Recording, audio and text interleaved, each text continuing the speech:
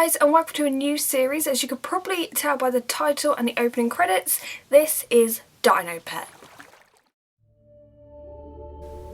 Have you ever seen images like this before and thought they were fake? Well, they're not. The glowing blue light in the ocean is flow-agitated bioluminescence produced by dinoflagellates. These are single-celled organisms who are members of the plankton family, which are tiny marine plants, animals or bacteria ranging from 30 micrometers to 1 millimeter in size. Now we don't have to go out of our way to spot this natural wonder. Using the Dino Pet as a tank, we can house the dinoflagellates anywhere around our house, and each night we can watch this wonder on demand. So this has just arrived. It actually came extremely quickly. It came from sunny California and arrived in a very rainy England. So I haven't opened it yet. I'm very, very excited. So first of all, we get some stickers. This is the Dino Pet itself with the Dinoflagellates in it. And the Biopop, that is the company that makes this. So we've got 2 stickers, that's pretty cool. Then, let's see what this, oh, here we go, here we go. This is the dino food. Please do not drink, remember that. This is the Dino Pet itself. So this is, I think, the casing that the actual living things end up living in. So maybe like we could call it the dinosaur tank. And this is where the actual living things are. Attention over me right away. So that's what I'm going to do now.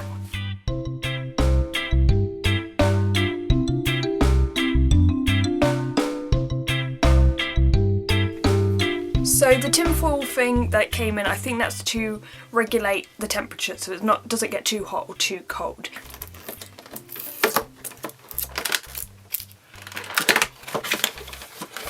Oh, the instructions, that's what I need, that's what I will be reading. And here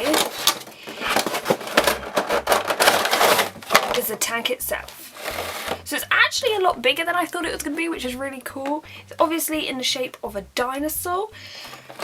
And I believe this is where you add everything in, and when you need to feed them, you also put it in here.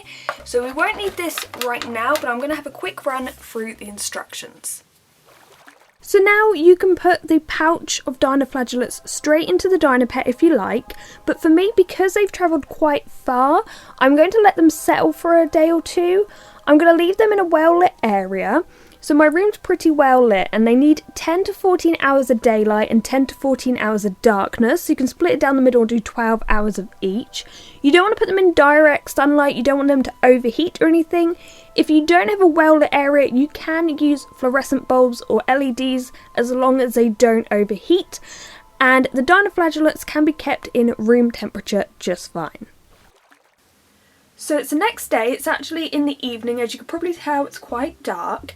And last night I actually moved the pouch about and they were glowing. It was incredible. Genuinely didn't expect it and it looks amazing. Though I couldn't really film it because I hadn't really got my camera set up for it and it was through a white pouch, so it wasn't as bright as it will be in the Dino Pet, so I thought we'd leave that to next episode to really experience that. But now I'm going to get the Dino Pet out and we're going to empty them into the tank.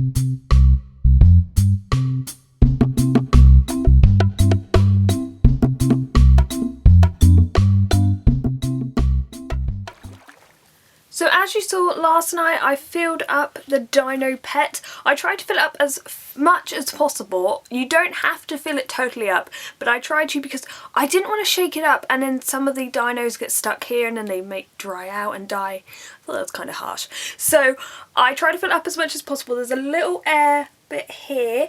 Nevertheless, so you may have seen me put the Dinoflagellates in here and also the dino food. I kept some of that food aside because they will need to be fed, I think, every 10 days. But I will see you in the next episode when we're going to try out to see whether it glows up and the night and day schedule and all of that.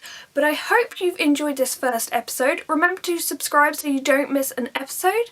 And thank you very much for watching.